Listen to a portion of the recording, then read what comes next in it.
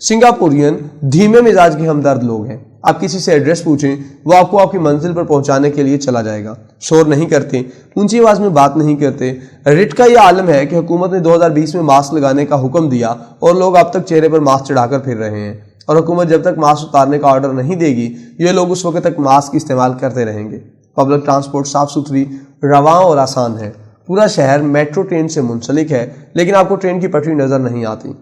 Platform पर पटरी के साथ शीशे की दीवारें और गेट हैं।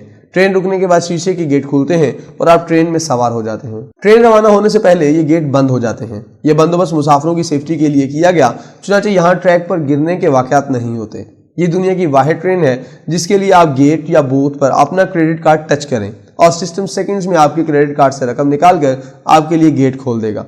ट्रेनें भी इंतहाई साफ और मुनज़्ज़म है। ये दुनिया का वाहिद मुल्क है जिसकी 92% आबादी अपने घरों की मालिक है, और ये घर हुकूमत ने इन्हें बनाकर दिए हैं। तमाम शहरियों के लिए मिलिट्री सर्विसेज लाजमी हैं। चुनांचे अगर आबादी 59 लाख है तो फौज भी इतनी ही है। मर्दों को लंबे बाल रखने की इजाज़त नहीं, लिहाजा आपको पूरे मुल्क में लंबे बालों वाले मर्द दिखाई नहीं देते, और अगर हो तो ये गैर मुल्की निकलेंगे। ये दुनिया का पहला मुल्क है जिसने टॉयलेट डे मनाना शुरू किया था। शायद इसकी वजह इनकी टॉयलेट से खुसूसी दिलचस्पी है। ये गैर मुस्लिम होने के बावजूद टॉयलेट्स में मुस्लिम शावर भी लगाते हैं और पब्लिक टॉयलेट्स में वुजू खाने भी बनाते हैं।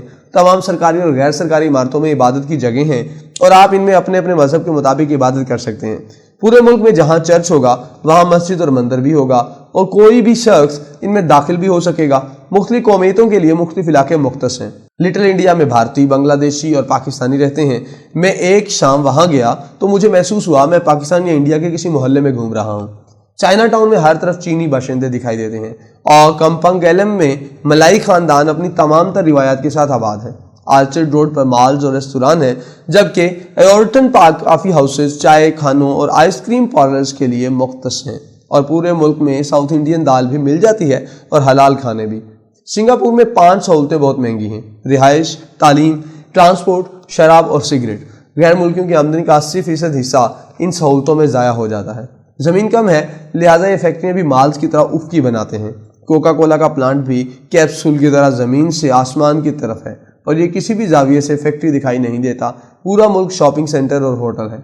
आप किसी तरफ भी निकल जाएं, आप खुद को इमारतों के जंगल में पाएंगे, और आप इस जंगल की किसी भी इमारत में घुस जाएं वो शॉपिंग मॉल निकलेगी। चुनांचे हम सिंगापुर को ग्रीन दुबई कह सकते हैं। ये लोग 3 चीज़ें बेच रहे हैं: अमन, सिस्टम और ईमानदारी। और ये वो 3 नेमतें हैं जिनकी पूरी दुनिया को ज़रूरत है।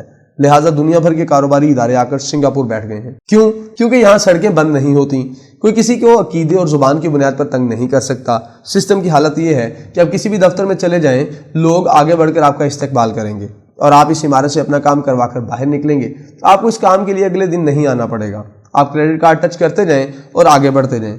वीज़े से लेकर होटल तक हर चीज़ आसान लेकिन महंगी है, मगर कोई शख्स इस पर एतराज़ नहीं करता। शायद इसलिए 59 लाख आबादी के 683 किलोमीटर के इस मुल्क के ज़र मुबादला $250 बिलियन है।